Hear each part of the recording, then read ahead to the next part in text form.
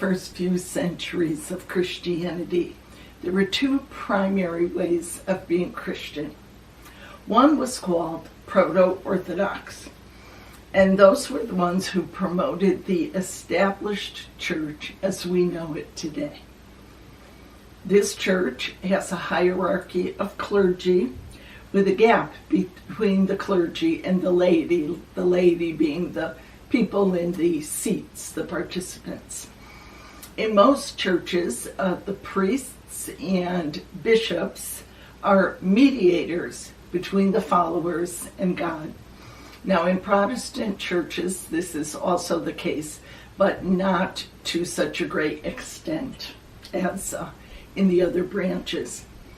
This church developed rituals and ceremonies that marked the various stages of spiritual development for the person. Now, the other way was called Christiangnosticism.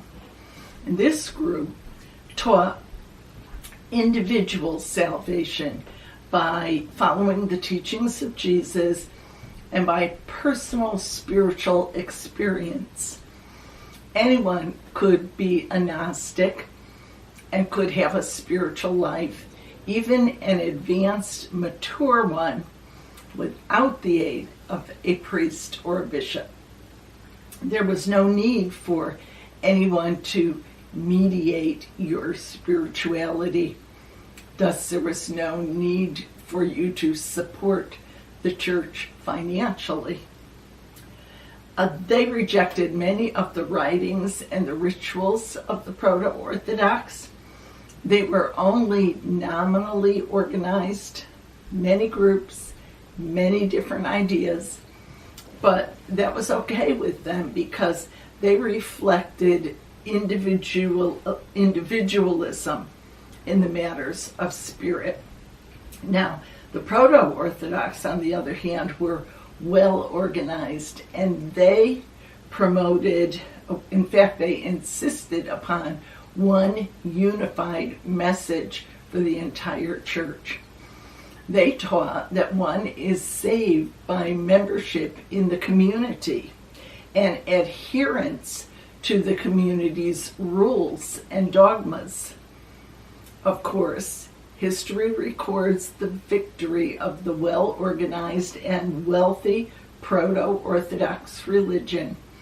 But the ideas of individual spirituality didn't die.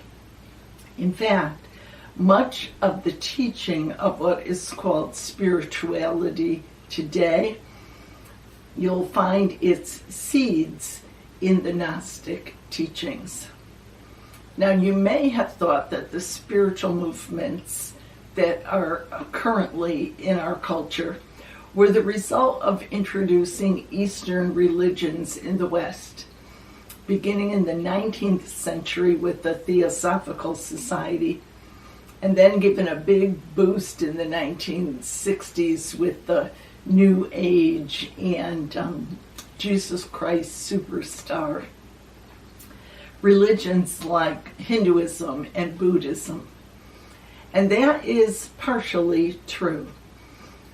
And it's true because if you take the time to investigate, you'll discover great similarities between the Eastern religious thinking and the Christian Gnostics. Another big boost came to Gnostic thought in the 12th and 13th century when a new group of Gnostics emerged called Cathars. Now, I'm not going to go into all the history stuff. I have another channel for that, and I'll leave a link in the description to the Cathar movements. If you're interested, please check it out. Anyway, they taught the same thing as the early Gnostics, and they rebelled against the Roman Catholic Church of the Middle Ages. The church found them so threatening that they led a crusade against them, killed them by the thousands in order to destroy their teachings and their groups. And this was the impetus for the infamous Inquisition. This probably wasn't the best move on the part of the churches, though, because people in France where this happened have kept the legend of the Cathars alive. And one of the sites, one of the castles where the Cathars hid from the Inquisition, is now the second most visited tourist site in France. This is a huge tourist attraction for Europe. It also attracts a large number of pilgrims on spiritual quests. Cathar spirituality is on the upsurge today, while at the same time the mainstream Christian churches lose members every day. So, spirituality is for the individual. Now, yes, one can be part of an organized religion and a very spiritual person. Take, for instance, the Christian mystics. But spirituality is not confined to one organized religion, just as mysticism was not confined to one faith. And one can seek to know the divine without affiliating with any organized church or religion. And I believe this is the attraction for most in Western civilization from the age of 55 and younger. Those born in the 1960s and influenced by parents who were anti-war, pro-Vatican II if they were Catholic, guitar playing, all you need is love kind of people. Yes, those folks still went to church, and many churches are filled with these parents now in their 70s. But their children and their grandchildren are nowhere to be seen. Another thing that's affected the religions of the world, especially in the affluent West, is the material luxury and technology that we've provided for our children and grandchildren. And this has had two effects.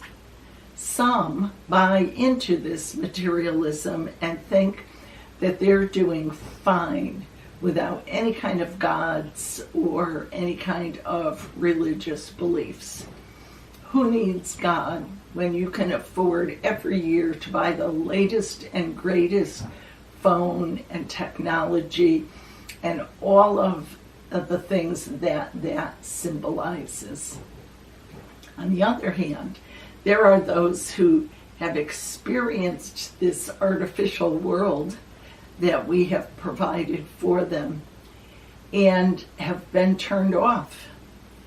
There must be more to life than just stuff, they say. And they're right. But the churches seem old and dead to them. It's just a bunch of old people and half senile priests telling them how they should live their lives, and then sometimes radical semi-political prophets telling them who to vote for or whether they should wear a mask or not. That isn't what they're looking for. So why not go to church? Just give Jesus a try. Go to the Wednesday night Bible study and learn about the faith. It's lasted this long. It must have something to offer. Why aren't they interested in that? Well, first and foremost, they're not against Jesus. Most of them agree he was a great spiritual teacher. But that's basically studying about the religion. That's what happens in a Bible study. It's intellectual. And they're not against intellectualism either. It's just that what they're seeking is experiential, beyond intellectual.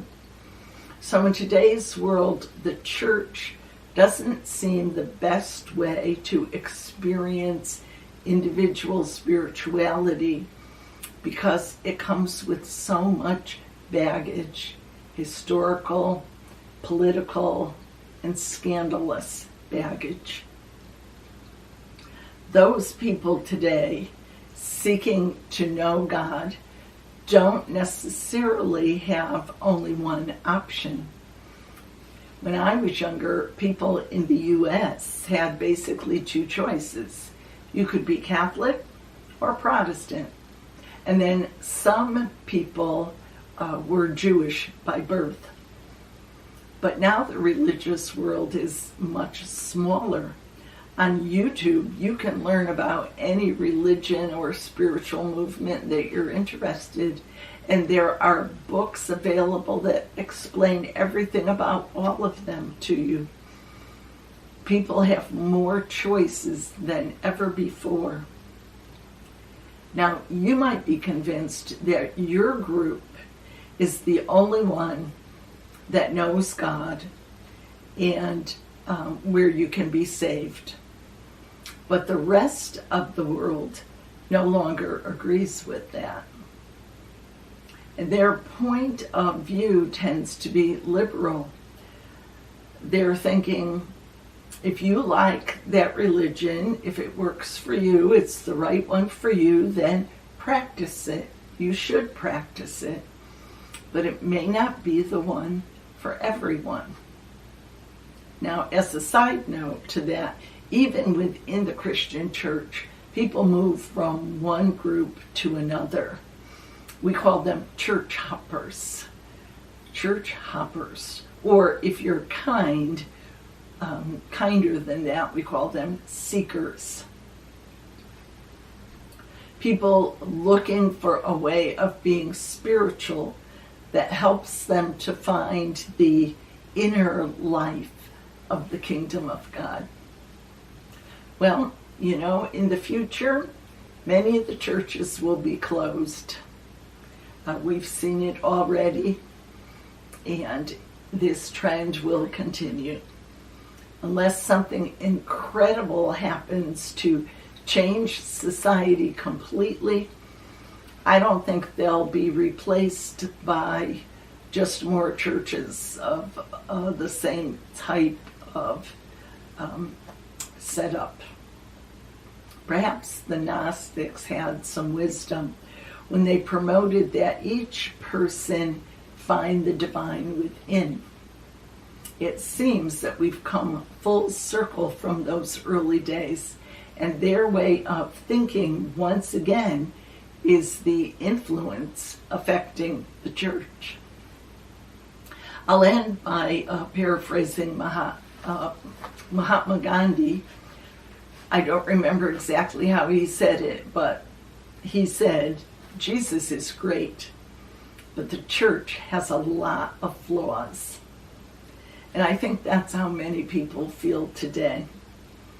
If you're finding your faith stale or weak, I'm not suggesting that you leave your church or that you leave organized religion.